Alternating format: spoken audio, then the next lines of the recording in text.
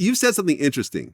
I was listening to the No Jumper interview, and you said that one of the things that people always criticize whenever you do an interview with me is that you talk over your guests. I talk over my guests. Yes. Which I just did. Not as aggressively as you normally do. I don't know. I personally feel that's kind of like the Vlad thing, though, in a way. I feel like that's why people kind of gravitate towards. No. If you read the comments, no. No, that's one of the things they don't like. Really? Yes. Let me ask you something. I want you to be completely honest, man. Let's do it. Would you consider yourself even a little bit narcissistic? Yes. Okay. See, the fact that you would even admit that is a hat tip. No hesitation at all. Okay. Did you hear that? Yeah. So that's part of where that comes from. Yeah. I'm a narcissist to a certain degree. Okay. Yeah. At least you admitted it. I've been called that before in my personal life. Like, Right. Yeah, of course. I think everyone has to be a narcissist to a degree to do what it is that we do. Like think about it. Like, just think about this. You are a totally unknown person.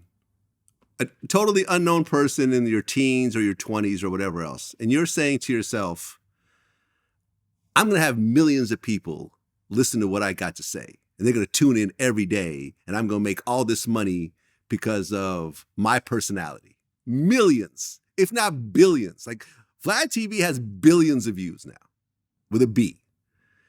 You have to be a little narcissistic and delusional to actually think you're going to pull that off. And then you actually do.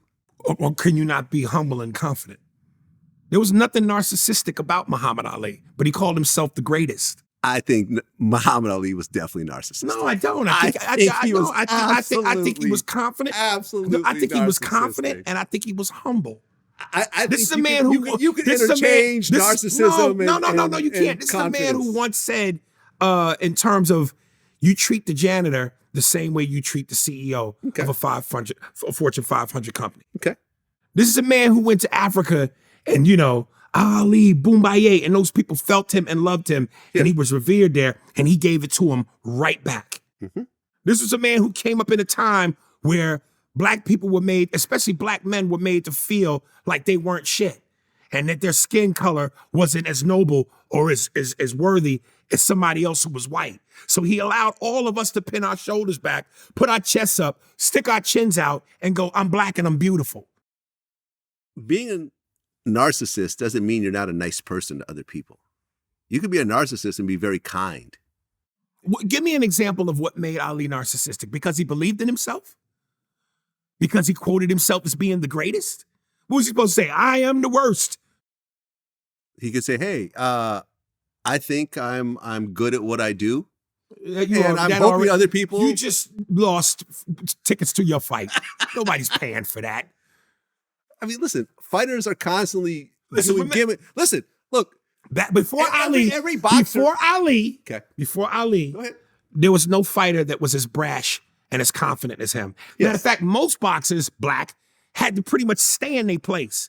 I'm Joe Louis. Come see me fight at Madison Square Garden. It's gonna be good. And I'll take that back a little bit. The one before him, truly the first arrogant nigga, was Jack Johnson. This nigga beat the shit out of white men for 47 rounds and then drove home and fucked the white bitch. In the open. Even Ali said, I thought I was crazy.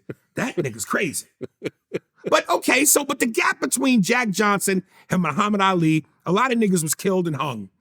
And again, Ali came up in a time where Black men were made to feel less than. So here's our Black iconic superhero going, I'm the greatest, which meant a whole lot of Black men could go, we are the greatest.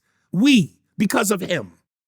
Okay, but this is the same guy that called George Foreman a gorilla and actually did like press conferences where he would like box. It wasn't George gorilla. Foreman, it was Joe Frazier. Joe Frazier. Yeah. No, Foreman. George Foreman. The Rumble of the Jungle was Foreman.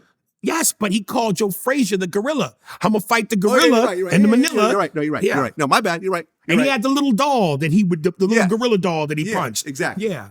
That was foul. That was foul. No, listen, but you're thinking as a white guy trying to be protective of us. I'm telling you, he didn't mean it that way. Ali was a rhymester. Joe Frazier took it that way. Well, Joe Frazier hated Muhammad Ali to his dying day. Joe Frazier took it that way because Joe Frazier wasn't a good-looking guy, and he knew that. And he knew being good looking or bad looking does not mean demean someone. Calling them an this animal. is what I yelled to you. Especially a monkey. This is what I yelled to you before about you thinking you know your black people better than us. I'm trying to give you a history lesson. Fall back. Okay. I'm telling you right now, Ali didn't mean it in a demeaning way to call another black man an ape. He was simply doing it because Gorilla, when he said, it's going to be a thriller and a chiller when I get to Gorilla in Manila. Ali was always about showmanship. He was always about poetry, and that rhymed. Deep down inside, and Joe Frazier knew, he even said in a couple interviews, I'm not as pretty as Ali. I'm not as articulate, well-spoken. I'm not a showman like that. Ali was a fucking model. He was a good-looking dude who could whoop your ass. Joe Frazier didn't come from that. He came from sharecroppers. So for him, there was a little bit of an insecurity where he went, damn, this nigga's calling me ugly. And I know I don't look as good as him. I'm not embraced like him. Okay, look. That's what that's about. I watched a documentary about this. I've seen them all. And after the fight, Ali apologized to Frazier. He actually apologized to Frazier's son, I believe, and said, hey, listen, tell your dad that I didn't mean all the things that I said. I was just trying to get in his head. And I was trying to win the fight. Say that part again. I was trying to get in his head. Before that, say what you just said. And I was trying to win the fight. I was trying to win the fight. Yes. And I was trying to get in his head. Yes. It wasn't about trying to demean another black man like a white dude calling a black man a gorilla. He wasn't coming from that. He was coming from, I was trying to get in his head. I was trying to get the one up on him mentally. I was trying to sell a fight. Okay. I'm a showman. Yes.